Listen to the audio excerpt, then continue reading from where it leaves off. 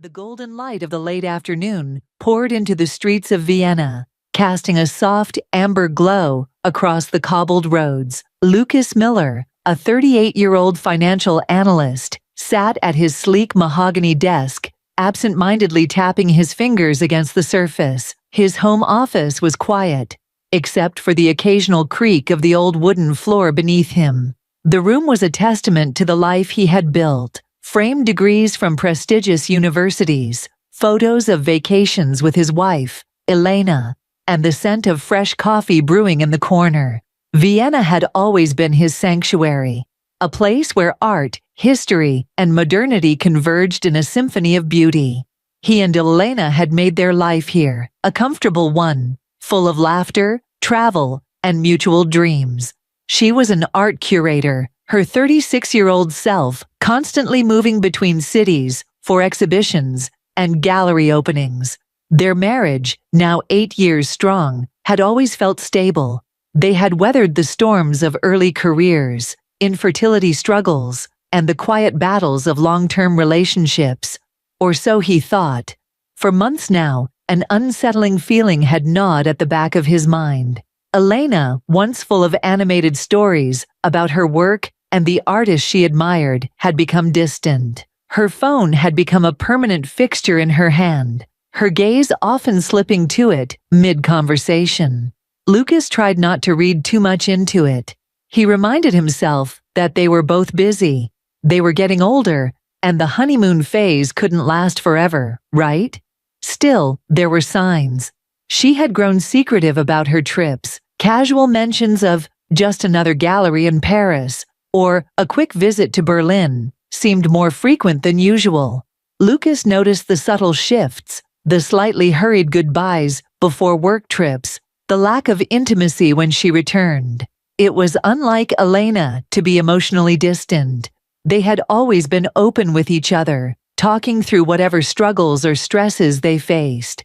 But now something was different. It was a quiet Friday evening when Lucas finally saw what had been hidden from him all these months. As he went through his emails, deleting spam, and reviewing some work-related documents, a message appeared in his inbox. The subject line read, "For your eyes only." Lucas felt a strange tension settle over him as he opened the email. It contained no text, just a few attachments, photos. His breath hitched in his throat as he clicked on the first one. It was Elena, his wife, smiling coyly in a hotel room. A room he knew all too well. It was the same boutique hotel they had stayed in during their honeymoon in Paris. The plush, cream-colored duvet, the abstract painting above the headboard. It was unmistakable. But what shook him to his core was the man beside her. He was young, perhaps in his early 30s,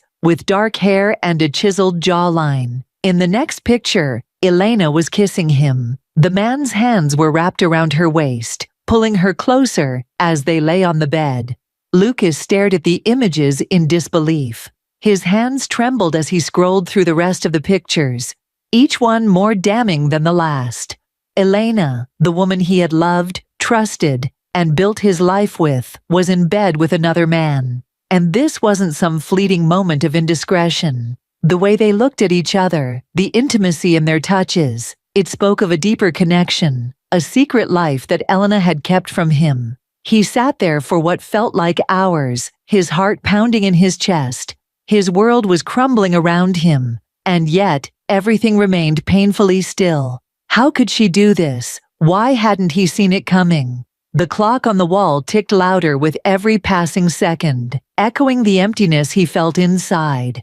Lucas's mind raced with questions, each more painful than the last. How long had this been going on? Was it just one affair, or had there been others? And most importantly, what was he supposed to do now? Elena came home that night, oblivious to the storm waiting for her.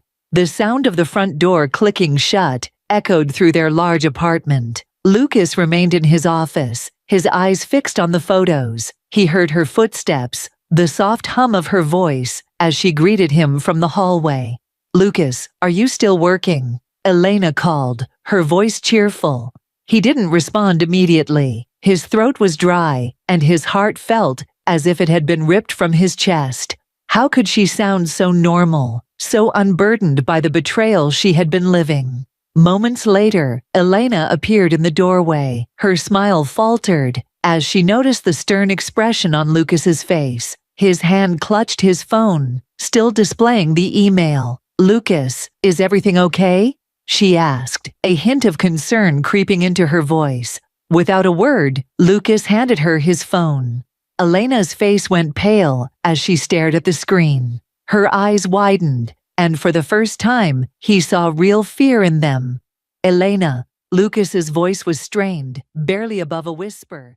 "What is this?" She opened her mouth to speak, but no words came out. Instead, tears welled up in her eyes, and she shook her head, her lips quivering. "Lucas, I can explain," she stammered, her voice cracking. "Explain?" Lucas's voice rose, filled with anguish and disbelief. "How do you explain this?" He gestured toward the photos. "How long, Elena?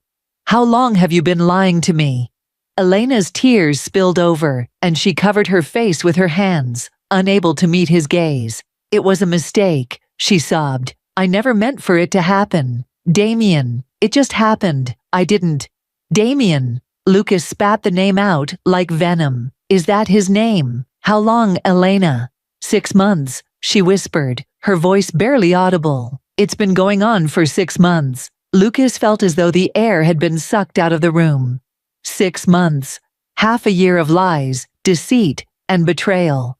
He had spent that time believing they were still building a future together, while she had been living a double life. "Why?" he asked, his voice broken. "Was I not enough for you?" Elena shook her head, her sobs coming harder now. "No, it's not like that. It wasn't about you, Lucas. I was lost, confused. I didn't know how to handle everything. Work, the pressure, our problems. Our problems," Lucas interrupted, his anger flaring. "What problems, Elena? I thought we were happy. I thought we were working through everything together." "I don't know," Elena sobbed. "I don't know why I did it. I was selfish, and I didn't think about how it would hurt you. I'm so sorry, Lucas. Please, you have to believe me." Lucas stood, his hands shaking with rage and sorrow. He couldn't bear to look at her, the woman he had shared his life with, who had promised him forever, had shattered every ounce of trust between them. "I don't know if I can believe you anymore," he said quietly, his voice trembling. "I don't even know who you are."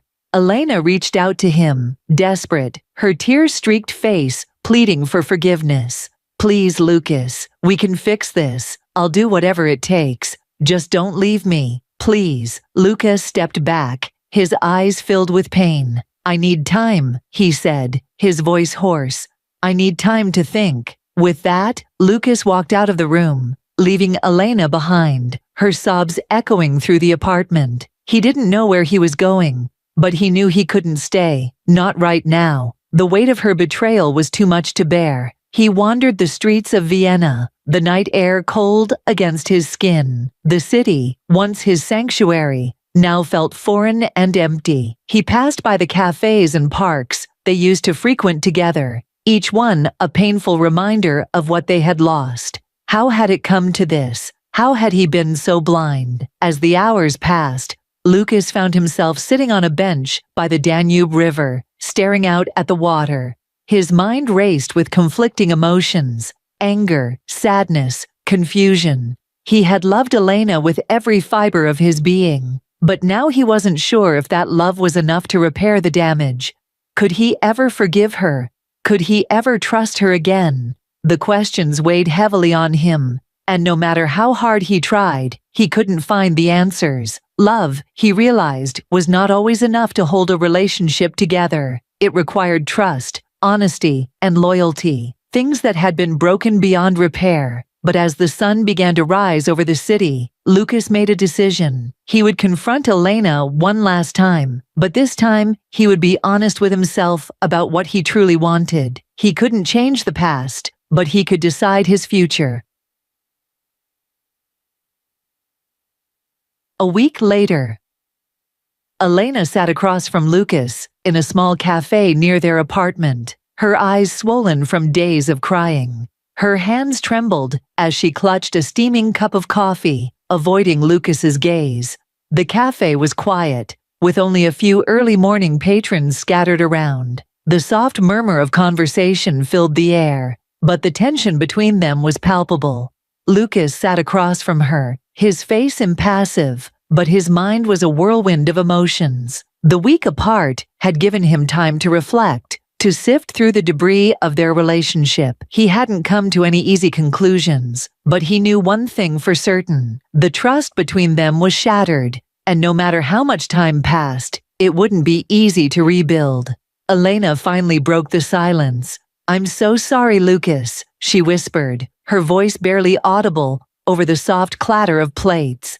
"I've thought about what I did every single day. I wish I could take it all back. I wish I could undo everything." Lucas stared at her for a moment, his blue eyes cold, searching her face for some sign of the woman he had once known. She looked so fragile now, her once bright aura dulled by guilt and sorrow. But underneath it all, he still saw the Elena he had fallen in love with, the woman who used to dance barefoot in their living room, who loved art so passionately that she could make him see beauty. The woman who used to dance barefoot in their living room, who loved art so passionately that she could make him see beauty in even the simplest things. But that woman had betrayed him in the worst way. "I've had a lot of time to think," Lucas began, his voice steady but firm. "And I've been asking myself one question over and over. Why? Why did you do it, Elena? I need to understand. Was it something I did? Was it something missing in our relationship?" Elena wiped her eyes, her hands trembling as she set down the cup. "No, it wasn't you, Lucas.